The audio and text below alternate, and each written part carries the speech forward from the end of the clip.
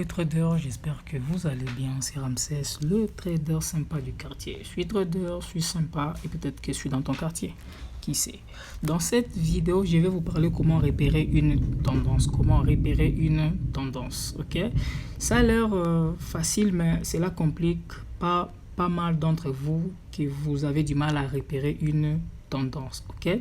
Avant de commencer la vidéo, je prends quelques minutes pour vous dire merci pour vos retours, merci pour vos commentaires, merci pour vos soutiens, merci pour votre motivation. Vraiment, ça me fait tellement plaisir de voir qu'on n'est qu'une centaine sur la chaîne, mais vos retours positifs, ça me fait tellement plaisir et je profite de prendre ces quelques minutes pour vous dire merci. Continuez ainsi. Si vous avez des problèmes en trading, des trucs que vous ne comprenez pas, vraiment écrivez en commentaire. Ça me fait très plaisir de répondre à vos questions par des vidéos. Comme cette vidéo, et l'un de vous qui m'a écrit, il a du mal à comprendre c'est quoi la tendance. Alors c'est dans cette vidéo que je vais lui répondre comment détecter une tendance. Vous êtes prêts les gars? C'est parti. Ok. Nous sommes en weekly. Comment repérer une tendance? Ok. Selon la loi d'O, pour ceux qui ne savent pas, Monsieur O, c'est un trader. Voilà, selon la loi d'O, une tendance haussière est repérée par le point haut de plus en plus haut et le point bas de plus en plus haut. Ok. Pour une tendance haussière, il faut que le point bas soit de plus en plus haut et de point haut soit de plus en plus haut. Pour une tendance baissière, il faut que le point bas soit de plus en plus bas et le point haut soit de plus en plus haut. À voir comme ça a l'air facile, mais comment repérer une tendance et comment trader avec la tendance? Parce que rappelez-vous, la tendance est notre ami. Il faut suivre la tendance, ok? Alors, pour repérer la tendance, il y a quelques astuces qu'il faut mettre en point. Et ces astuces aussi tiennent compte en fonction de votre style de trading que vous faites. Si vous faites du scalping, du day trading ou bien du swing trading, ok? Je vais commencer par le scalping. Si je fais du scalping, ok? Par où je vais commencer à repérer ma tendance, ok? Et voilà, si je fais du scalping, je vais commencer à repérer ma tendance en 1 heure. Pourquoi 1 heure? En scalping, le H1 est mon plus grand time frame. Okay? Quand moi je décide à faire du scalping, je cherche la tendance en H1. Comme je peux voir en H1, ici nous sommes sur une tendance haussière. Ici nous sommes sur un range parce que le prix ne va nulle part. Un range, c'est quand le prix ne monte pas, il ne descend pas. Et ici, nous sommes sur une tendance baissière. Pourquoi est-ce que je dis baissière? Nous avons le point bas de plus en plus bas, mais ici, le point bas n'est pas plus bas. Ok? Alors, quand je repère la tendance en H1, j'arrive à voir que nous étions dans une tendance baissière, mais à partir de ce niveau, nous ne sommes plus dans une tendance baissière. Nous sommes dans une tendance haussière. Pourquoi? Ce point bas n'est pas plus bas que celle-ci. Pour que je confirme que la tendance est toujours baissière, il fallait que ce point bas ici soit plus bas que ce point ici. Alors, vu que ce point bas est plus haut que celle-ci, je me dis que nous sommes dans une contre-tendance. On n'est plus baissière, on est haussière. Ok? Là, j'ai repéré ma tendance en H1. Qu'est-ce que je fais maintenant? Je quitte directement en M15. Je vais en M15. En M15, je vais toujours chercher des confirmations qui doivent confirmer ce que j'ai vu en H1. Je dois chercher des indices qui confirment la tendance en H1 parce qu'en H1, j'ai vu qu'on est acheteur, on n'est pas vendeur. Donc, en H1, on est haussier. Quand je descends en M15, je dois chercher la confirmation de la tendance qui montre qu'on est haussier. Regardez en M15, on était baissier jusqu'à ce niveau ici. Ce point bas et ce point bas est plus haut que celui-ci. Donc, on est haussier et là, on est sur une tendance haussière. On a des points hauts de plus en plus hauts, excepté à ce niveau. Ok? Si j'aimerais trader ici, je vais dire ok, ça va. On est haussier, mais ici, il y a un mouvement baissier. Mais en H1, on est haussier. Donc, je dois chercher des opportunités qui confirment ce que j'ai vu en H1. Ok, ça c'est pour du scalping. Si vous n'avez pas compris en scalping, je fais l'explication pour du day trading. Imaginons que je veux repérer la tendance en day trading, donc pour faire du day trading, ok? Imaginons que je vais repérer la tendance pour faire du day trading. Si je vais repérer la tendance pour faire du day trading, je commence en D1. C'est en D1 que je vais repérer ma tendance. Qu'est-ce que je vois en D1? On était haussier, on est baissier et là on est haussier. Pourquoi est-ce qu'on est haussier? Ce point bas actuel est plus haut que celui-ci. Et qu'est-ce qui me fait reconnaître le point bas et le point haut? C'est grâce à l'indicateur fractal. Grâce à l'indicateur fractal, je peux voir que ce point bas est plus haut que celle-ci. Et ce point bas est plus haut que celle-ci. Donc, en D1, on est haussier. Okay? Si je cherche à faire du day trading, je viens en D1. En D1, je repère la tendance. Et en D1, on est haussier. Okay?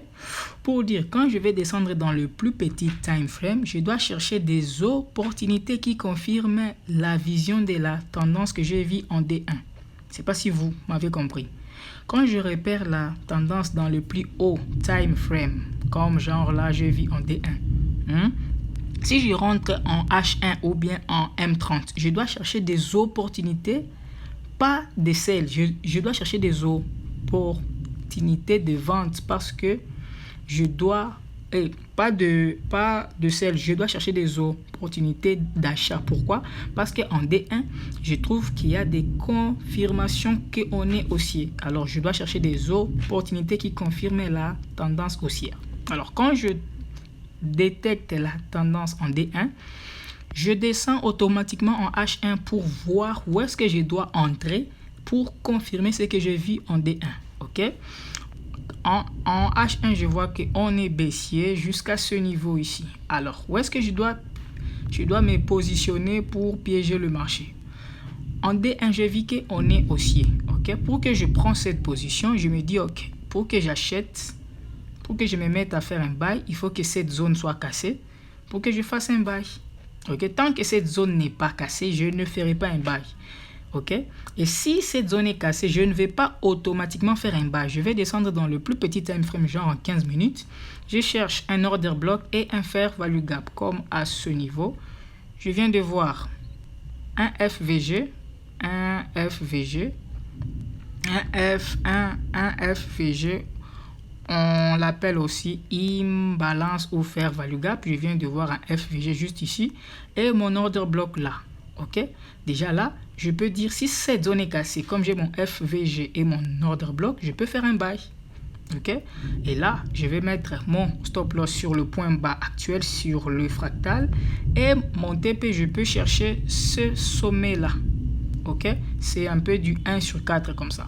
Voilà, ça c'est comment je repère la tendance si je vais faire du day trading. Pour faire du swing trading, pour ceux qui savent, le swing trading, c'est prendre une position en trade pendant 2 semaines. Du day trading, c'est prendre une position pendant 2 ou 3 jours. Et du scalping, c'est 2 ou 3 heures comme ça.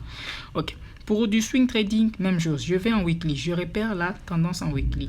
Qu'est-ce que je vois en weekly? On est haussier. Pourquoi je dis haussier? Ce point haut est plus haut que celui-ci. Et ce point bas est plus haut que celui-ci. Ce point bas est plus haut que celui-ci. Et ce point bas est plus haut que celle-ci. Donc, en weekly, on est haussier. Ok? Je repérais ma tendance en weekly. Maintenant, je vais en daily pour chercher les confirmations qui affirment de position weekly. Donc, en daily, je dois chercher les opportunités qui vont confirmer qu'on est haussier. Ok? Je vous déconseille de faire l'inverse. Si vous trouvez une tendance haussier dans le plus haut time frame et que dans les petites time frame, vous voyez une contre-tendance, n'allez pas en contre-tendance. Pourquoi je dis ça? Parce que la tendance confirmée dans le plus haut time frame viendra toujours prendre le dessus. Ok? La tendance localisée dans le plus haut time frame viendra prendre le dessus.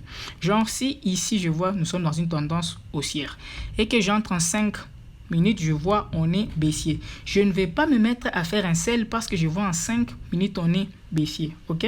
Parce que peu importe le sell que je vais prendre ici, elle sera de courte durée parce que la tendance Major viendra reprendre le marché. Donc, quand vous tradez, faites attention. Repérez la tendance dans le plus grand time frame. Quand vous descendez dans le plus petit time frame, cherchez les points d'entrée qui confirment la vision de la tendance que vous avez vue dans le plus haut time frame. Ok? On retourne où on était. On est en weekly. Je vois la tendance est haussière. Je descends en daily.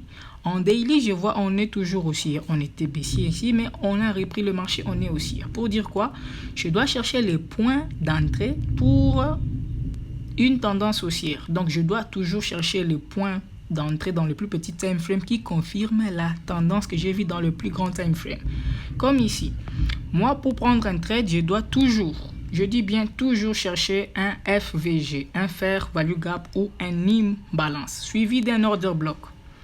Là, je peux dire, je fais un buy ici, je mets mon stop loss en dessous de mon order block et mon TP, je peux chercher là, sur le point haut ici. Voilà, vous avez vu. J'espère que c'est clair. J'espère que vous avez vu comment repérer la tendance. Je me répète avant de clôturer la vidéo. Pour repérer une tendance, peu importe le style de trading que vous faites, commencez par le repérer dans le plus haut time frame. Ok, et puis descendez dans le plus petit time frame pour chercher les points d'entrée qui confirment la tendance vue dans le plus grand time frame. Ok, c'est tout pour la vidéo d'aujourd'hui. J'espère qu'elle t'a plu. Si c'est le cas, n'oublie pas de t'abonner, liker, partager la vidéo. Cela permet d'agrandir la communauté trader sympa du quartier. Et si tu es nouveau sur la chaîne, abonne-toi. Écris-moi en commentaire quels sont les problèmes que tu trouves en trading et je me ferai une joie de faire une vidéo pour te l'expliquer. C'était Ramsès, le trader sympa du quartier. À la prochaine. Peace.